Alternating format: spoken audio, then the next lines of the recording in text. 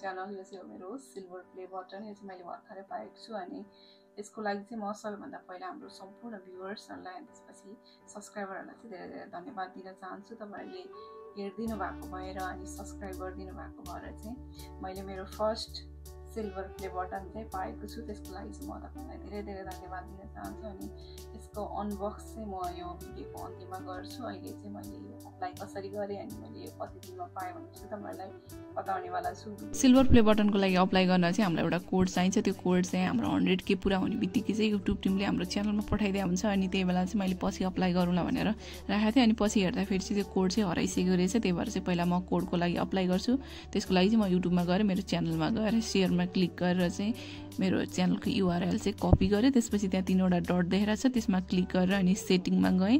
सेटिङमा गइसकेपछि चाहिँ म हेल्प भन्ने ठाउँमा गएर क्लिक गरेँ। अनि हेल्पमा क्लिक गरिसकेपछि चाहिँ त्यहाँ देखाएको थियो कन्ट्याक्ट अस भन्नेमा गएर क्लिक गरेँ। अनि त्यसमा क्लिक गरिसकेपछि चाहिँ what can we help with भनेर देखाएको थियो। अनि त्यसमा चाहिँ मैले सिल्भर प्ले बटन कोड भनेर लेखेर अनि त्यसपछि नेक्स्ट गरिदिएँ। त्यो नेक्स्ट गरिसकेपछि त्यहाँ थुप्रै अप्सनहरू देखाएको थियो, क्रिएटर अवार्ड अनि त्यसपछि भेरिफिकेसन ब्याकेज के भनेर देखाएको थियो। अनि मैले त्यसमा चाहिँ क्रिएटर अवार्ड भनेर लेखेर अनि त्यसपछि नेक्स्ट गरिदिएँ। अनि त्यसपछि जुन त्यो कोडको लागि चाहिँ इमेल अथवा च्याट भनेर अप्सन देखाएको थियो त्यसमा चाहिँ मैले इमेलमा क्लिक गरेँ। अनि इमेलमा क्लिक गरिसकेपछि चाहिँ त्यहाँ फर्स्ट नेम लास्ट नेम अनि त्यसपछि च्यानलको URL भनेर देखाएको थियो। अनि त्यो पनि मैले फिल गरिदिएँ। त्यो गरिसकेपछि चाहिँ how can we help with भनेर देखाएको थियो। अनि मैले चाहिँ मेरो च्यानलमा चाहिँ 100K पुरा भइसकेको छ अनि सिल्भर प्ले बटनको लागि चाहिँ कोड पठाइदिनु भनेर लेखेँ। अनि त्यसपछि त्योभन्दा तल चाहिँ in your issue about specific video भनेर छ। भिडियोमा कुनै पनि इस्यु छैन, त्यो भएर त्यसमा चाहिँ मैले नो गरिदिएँ। अनि तल चाहिँ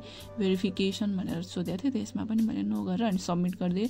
सबमिट गरेको 2 दिनमा चाहिँ मैले कोड पाएँ। कोड पाइसकेपछि चाहिँ म गुगलमा गएँ। गुगलमा गएर चाहिँ क्रिएटर अवार्ड्स रिडिम्सन भन्नेमा गएर अनि त्यसमा क्लिक गरेर चाहिँ लगइन गरेँ। त्यसमा लगइन गरिसकेपछि चाहिँ get a YouTube creator award भनेर देखाएको थियो। अनि त्यसमा मैले क्लिक गरेँ। त्यसमा क्लिक गरिसकेपछि चाहिँ मैले मेरो च्यानलको URL चाहिँ त्यसमा राख्नुपर्ने थियो। अनि च्यानलको URL राखेर चाहिँ मैले कन्टिन्यूमा क्लिक गरिदिएँ। अनि त्यसपछि चाहिँ रिडिम माई अवार्ड भनेर चाहिँ देखाएको थियो। अनि त्यसमा नि मैले क्लिक गरेँ। त्यसमा क्लिक गरिसकेपछि चाहिँ जुन हामीले त्यो कोड पाएको थियो त्यो कोडलाई चाहिँ अब त्यहाँ राख्नुपर्ने थियो।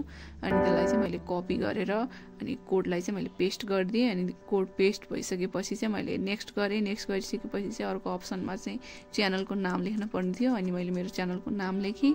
अनि च्यानलको नाम लेखिसकेपछि चाहिँ एप्रुभ एन्ड चेक आउटमा क्लिक गरेँ।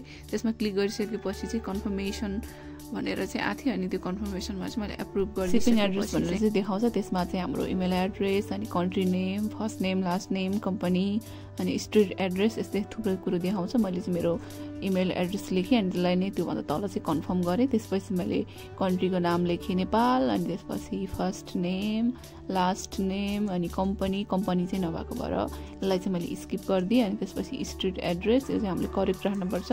अनि यसमै हाम्रो सिल्भर प्ले बटन चाहिँ आउने हो। अनि त्यसपछि हाम्रो यहाँ देखाएको छ स्टेट एन्ड प्रोभिजन अनि यो पोस्टल जिप पोस्टल कोड भनेको छ। यो चाहिँ हाम्रो हुलाकको नम्बर हो।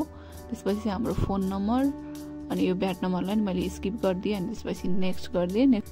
नेक्स्ट गरिसकेपछि चाहिँ त्यहाँ देखाउँछ एड्रेस भ्यालिडेसन भनेर। अनि त्यहाँ हाम्रो एड्रेस पनि देखाएको हुन्छ। अनि त्यसमा क्लिक गरेर चाहिँ कन्फर्म गरिदिने। कन्फर्म गरिसकेपछि चाहिँ फेरि त्यहाँ देखाउँछ एप्रुभ भनेर। अनि त्यसमा एप्रुभ गरिसकेपछि चाहिँ हामीले जे भरेको थियो त्यो सबै यहाँ देखाउँछ।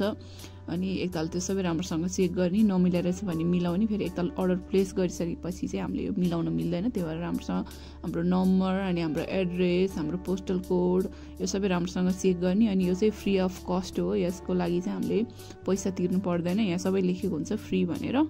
अनि हाम्रो यहाँ फोन नम्बरहरू, इमेल एड्रेस सबै पनि यहीँ देखाइरहेको हुन्छ। एकताल राम्रोसँग चेक गरेर अनि त्यसपछि प्लेस अर्डर गरेर कन्फर्म गरिदिइसकेपछि चाहिँ यहाँ देखाउँछ thank you for your order भनेर। अनि हाम्रो यहाँ अर्डर नम्बर देखाउँछ अनि हामी तपाईँलाई इमेल गर्छु भनेर पनि। सिल्भर प्ले बटन चाहिँ मैले अप्लाई गरेको 2 हप्ताभित्रमा चाहिँ पाएँ।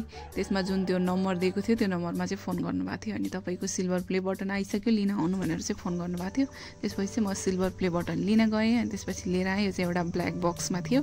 त्यसपछि यसलाई मैले ओपन गरेँ। ओपन गरिसकेपछि त्यहाँ एउटा फर्म जस्तो थियो, ब्ल्याक फर्म जस्तो। अनि त्यसलाई मैले निकालेँ। त्योभित्र चाहिँ थियो 2वटा पेपर जसमा चाहिँ लेखेको थियो कङ्ग्रेचुलेसन भनेर। अनि यसको भित्र चाहिँ थियो हाम्रो फर्स्ट सिल्भर प्ले बटन जुन तपाईँहरूले गर्दाखेरि पाएको हो त्यसको लागि चाहिँ धेरै धेरै धन्यवाद। हाम्रो च्यानलको भइसक्यो 3 वर्ष हुन आँटिसक्यो खोलेको। आज चाहिँ म एउटा छोटो च्यानलको जर्नीको रिक्याप गर्दैछु। मैले चाहिँ 2023 मा चाहिँ यो च्यानल खोलेको थिएँ। त्यही बेला चाहिँ मैले सिलाइबाट नै सुरु गरेको थियो भिडियोहरू हाल्नलाई। धेरै जस्तो मैले चाहिँ सर्ट्स हाल्थेँ। मेरो फर्स्ट भिडियो नै सर्ट्स थियो। मैले सिलाइको एउटा फर्स्ट सर्ट्स हालेको थिएँ जुन चाहिँ भ्युज त्यो दिनमा चाहिँ आएको थिएन। अर्को दिनमा चाहिँ 70 आएको थियो। अनि त्यसपछि अरू भिडियो हाल्दै मैले डेली भिडियो हाल्न थालेँ। अनि सिलाइसँग सम्बन्धित भिडियोहरू चाहिँ चलिरहेको थिएन। अनि मलाई चाहिँ च्यानलको निश चेन्ज गर्न मन लागिरहेको थियो। मलाई चाहिँ कुकिङमा इन्ट्रेस्ट थियो अनि मलाई कुकिङको भिडियोहरू बनाउन मन लागिरहेको थियो। अनि त्यही बेला चाहिँ बिगिनर भएको भएर चाहिँ थाहा थिएन निश चेन्ज गर्दाखेरि चाहिँ च्यानल मोनेटाइज हुन्छ कि हुँदैन भनेर। अनि सर्च गरेर हेर्दाखेरि नि कसैले हुन्छ भन्थ्यो, कसैले हुँदैन भन्थ्यो। एकदम कन्फ्युजन भइरहेको थियो। अनि भए पनि अब कुकिङमा इन्ट्रेस्ट थियो, त्यही भएर कुकिङ नै गर्छु भनेर चाहिँ मैले मोनेटाइज भए पनि नभए पनि एकताल चाहिँ ट्राई गर्छु। भयो भने भयो, नभयो भने केही पनि छैन भनेर चाहिँ मैले कुकिङमै भिडियोहरू बनाउन थालेँ। अनि कुकिङमा भिडियो बनाउन थालेपछि बिस्तारै कुकिङमा चाहिँ राम्रो हुँदै गयो। भिडियोले चाहिँ राम्रो रेस्पोन्स पाउन थाल्यो। अनि बिस्तारै सब्सक्राइबरहरू पनि बढ्न थाल्यो। यसरी चाहिँ मेरो 5000 10,000 गर्दै सब्सक्राइबरहरू बिस्तारै बढ्दै थियो। अनि भिडियो पनि मैले डेली नै बनाउँथेँ। त्यही बेला त धेरै भिडियोहरू हाल्थेँ मैले दिनमा नै। रेगुलर काम गरिरहेको थिएँ मैले। अनि त्यही बेलासम्म नि म एकदमै कन्फ्युज नै थिएँ, हुन्छ कि हुँदैन जस्तो भइरहेको थियो। मोनेटाइज भए पनि म काम चाहिँ गरि नै रहेको थिएँ।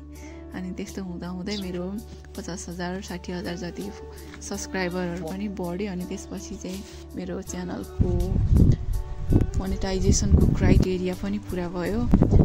2024 अनि अप्रिल 7-8 मा चाहिँ मेरो च्यानलको क्राइटेरिया चाहिँ पुरा भयो। अनि त्यसपछि त्यो बेलासम्म मलाई लागिरहेको थिएन यो च्यानल मोनेटाइज हुन्छ हुँदैन, त्यो मेल गरेर यो च्यानल मोनेटाइज हुँदैन होला भन्छ जस्तो चाहिँ लागिरहेको थियो। तर मेरो च्यानल चाहिँ मोनेटाइजको लागि एक्सेप्टेबल भयो। अनि त्यसपछि च्यानल पनि मोनेटाइज भयो। अनि बिस्तारै सब्सक्राइबर पनि बढ्दै गयो। यसरी बढ्दै 80-90 गर्दा मेरो 100K पनि पुरा भयो। अनि यो जर्नीमा साथ हुने सम्पूर्ण 0देखि अहिलेसम्ममा जो हुनुहुन्छ त्यसको लागि सबैलाई धेरै धन्यवाद।